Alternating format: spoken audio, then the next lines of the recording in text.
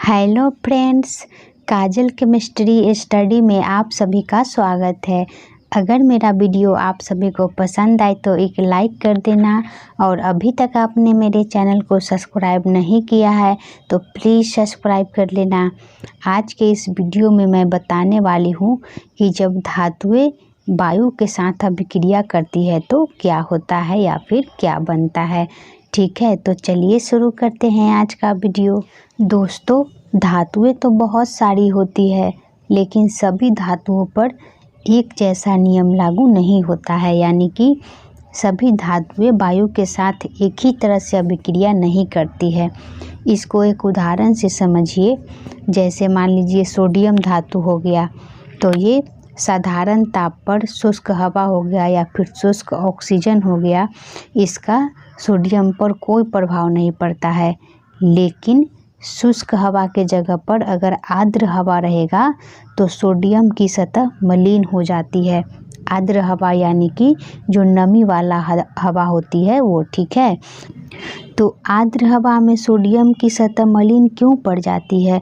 वह इसलिए क्योंकि साधारण ताप पर ही सोडियम धातु हवा के ऑक्सीजन से संयोग करता है, और ऑक्सीजन से संयोग करके सोडियम मोनोऑक्साइड बना देती है, जो कि परत के रूप में धातु की सतह पर जमा हो जाती है।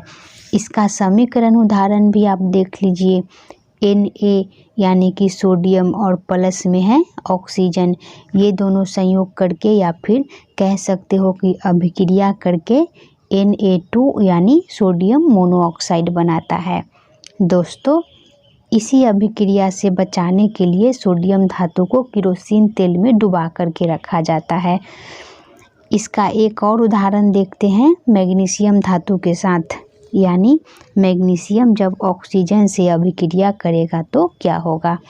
तो मैग्नीशियम धातु को जब हवा में जलाओगे तो ये चकाचौंध करने वाली रोशनी की उत्पन्न करेगी, और मैग्नीशियम वायु के ऑक्सीजन से संयोग करके मैग्नीशियम ऑक्साइड बना देगी।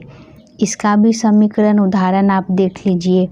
Mg यानी कि मैग्नीशियम और प्लस में है ऑक्सीजन, ये दोनों अभिक्रिया करके MgO यानी कि मैग्नीशियम ऑक्साइड बनाते हैं।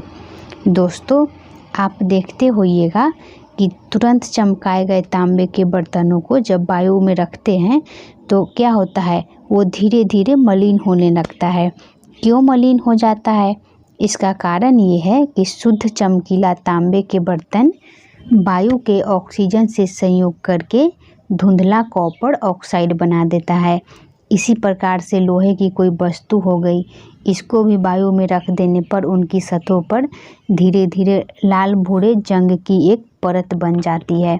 ये जो जंग होता है ना, वो लोहे का ही एक ऑक्साइड होता है, फेरिक ऑक्साइड, जो लोहे और ऑक्सीजन के संयोग से बनता है।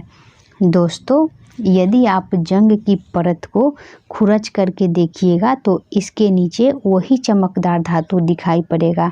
लेकिन यदि तांबे और लोहे के बने सामानों को अगर शुष्क वायु में रखिएगा तो ये सारी अभिक्रियाएं नहीं होती है। अभी तक हमने जितने भी उदाहरण देखा वो आर्द्र वायु में था, यानी कि नमी वाले वायु में था। यानी नमी वाले वायु में धातुएं अभिक्रियाएं करती है। इन सारे उदाहरणों से ये स्पष्ट होता है कि साधारण ताप पर शुष्क वायु का तांबे और लोहे पर कोई प्रभाव नहीं पड़ता है, लेकिन ये नमी वाले वायु में ऑक्सीजन से संयोग करके ऑक्साइड बना देते हैं। ठीक है दोस्तों, एल्युमिनियम भी एक सक्रिय धातु होता है। यह लोहे से अधिक सक्रिय होता है और मैग्नीशियम से कम सक्रिय धातु होता है।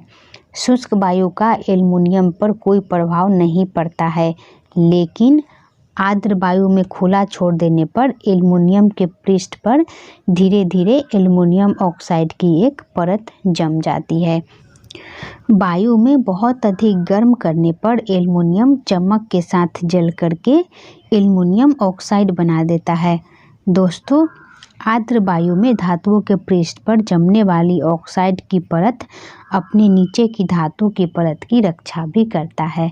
ठीक है, ओके।